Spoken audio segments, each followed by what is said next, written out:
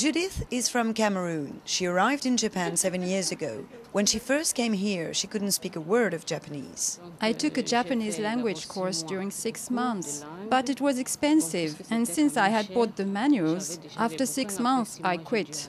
Judith found a job at Brastles, a company selling prepaid phone cards for long-distance calls.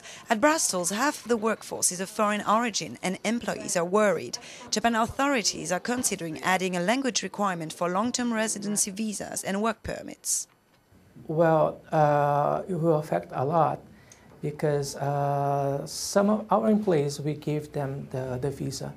If this new project will be approved, then we will lose at least 50% of our company's workforce. Japanese authorities claim the idea is to facilitate foreigners' integration, but people like CEOs will not have to go through such process. They can come to Japan and start working instantaneously. The same applies to other professionals like bankers, dealers, traders.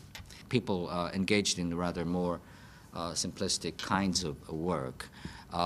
It'll affect the easiness for them to enter Japan. And this is exactly what this company, specialized in domestic work, fears. Authorities consider this work as unskilled, but there is a shortage of Japanese workers. This kind of work, it's not unskilled, actually requires a whole new skill set that the Japanese simply don't have.